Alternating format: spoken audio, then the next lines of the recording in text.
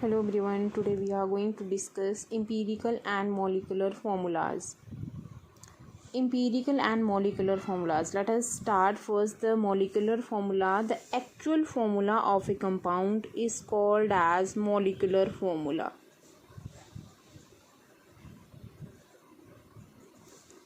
Molecular formula is the actual formula or the formula which represents the actual number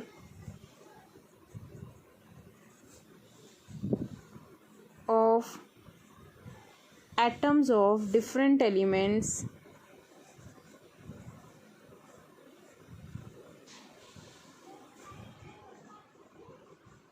present in a compound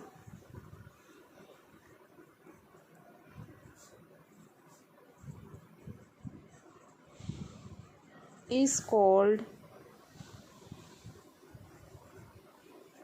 molecular formula.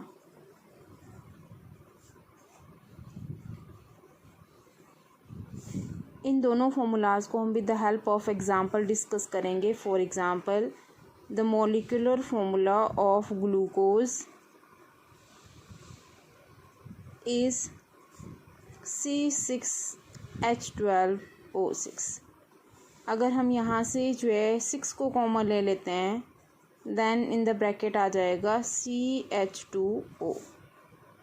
तो ये जो हमारे पास CH2O है, that is called as empirical formula. And what is 6 here? Whole number n. That means molecular formula of a compound is equal to whole number multiply by its empirical formula. Then after that we can discuss the definition of empirical formula.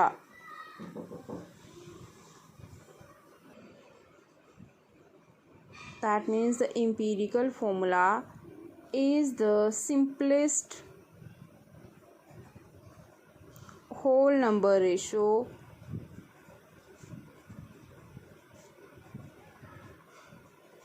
of various elements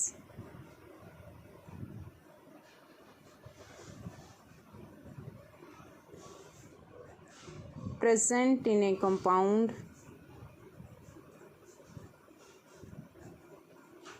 is called empirical formula.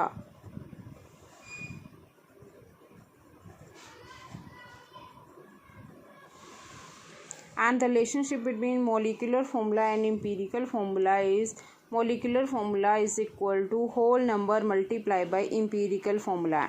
And जो ये whole number है n, इसको हम represent करेंगे किस फॉर्मूले से? That is the fraction of molecular mass divided by empirical formula mass and can be calculated as molecular mass divided by empirical formula mass. Empirical formula जो हमारे पास आएगा, उसका मास लेके उसको जो है डिवाइड किसको करेंगे? मॉलिक्यूलर मास को एम्पिरिकल फॉर्मूला मास से, और हमारे पास n की वैल्यू आ जाएगी.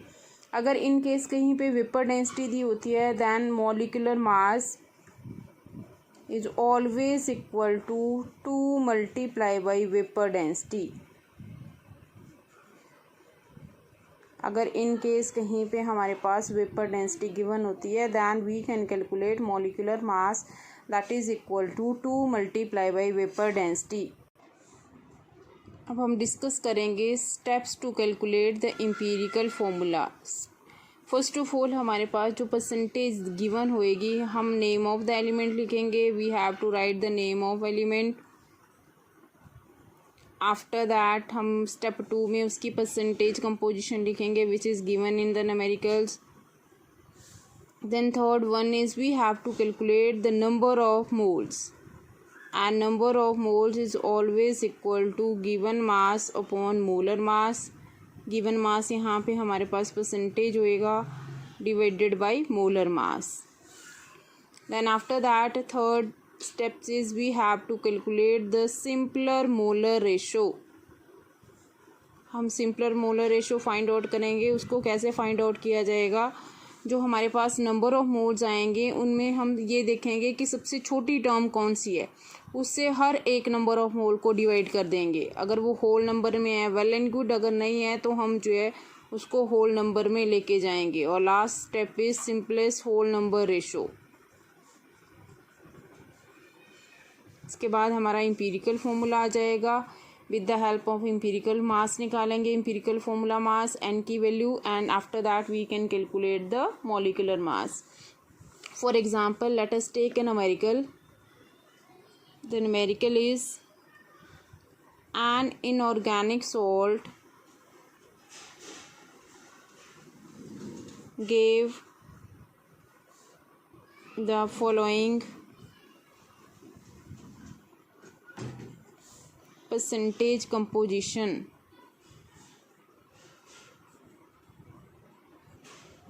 sodium 29.11, sulfur 40.51 and oxygen 30.38.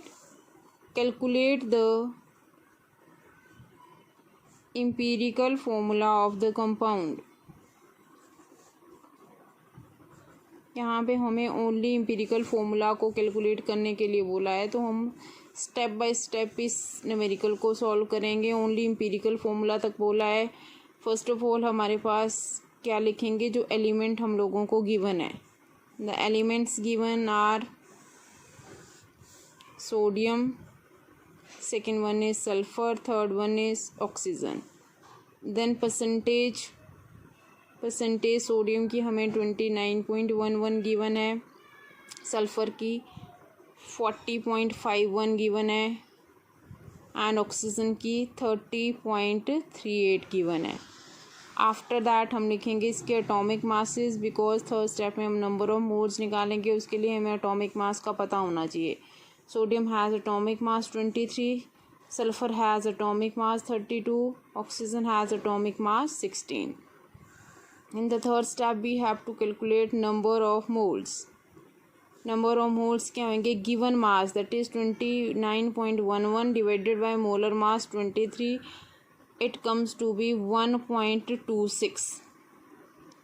40.51 divided by 32, it also comes to be 1.26, and 30.38 divided by 16, it becomes 1.89.